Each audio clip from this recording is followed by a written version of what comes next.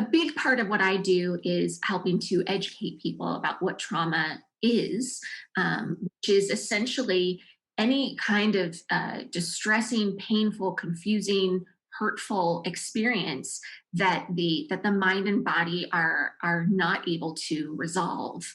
Um, and so when something happens to you and it feels harmful, irrespective of how big it is, because that's the word that people like to use a lot in therapy. I don't know if this was big enough to count as trauma. And it doesn't really matter what the situation is. It matters how you respond to the situation.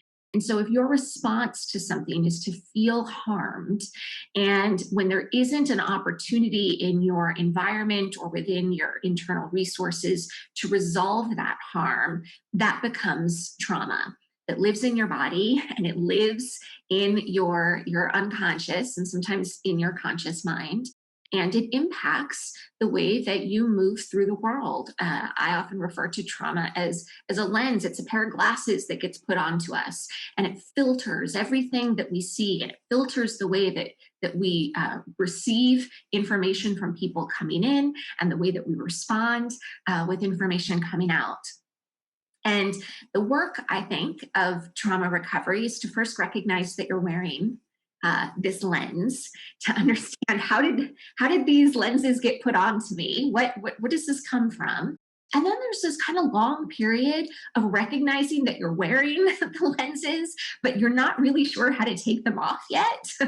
And so there's this kind of beautiful, but messy and difficult kind of internal struggle that you have, where you recognize that you've been traumatized. You know that you're responding to things in an unhelpful way, and yet you don't really know how to do it differently yet, because your cognitive capacities, your logical brain knows that, oh, this is a response from the past, but your physical body, your emotional spirit hasn't gotten online with that cognitive realization yet.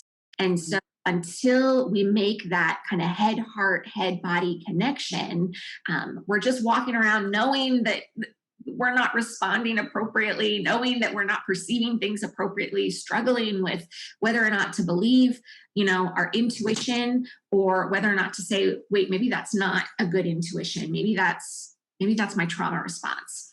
And so it takes a while to figure that out and learn how to trust yourself again, and learn how to trust others again, and learn how to regulate your autonomic nervous system again. And like I said, it's messy work, but it's beautiful work, and it's such a powerful, life-changing experience for people.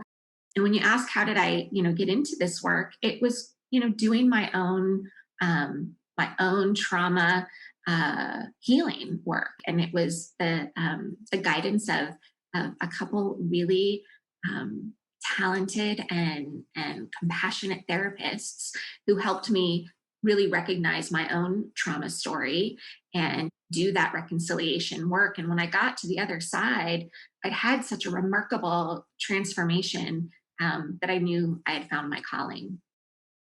Welcome to the 2021 Radical Recovery Summit, presented by the Kiloby Center for Recovery. This is Lynn Fraser, your moderator. This year, our theme is Feel It, Heal It, a new paradigm of recovery, featuring a diverse group of thought leaders and innovators, people who are working on the ground in the new field of addiction recovery. Go to radicalrecoverysummit.com to sign up and watch free.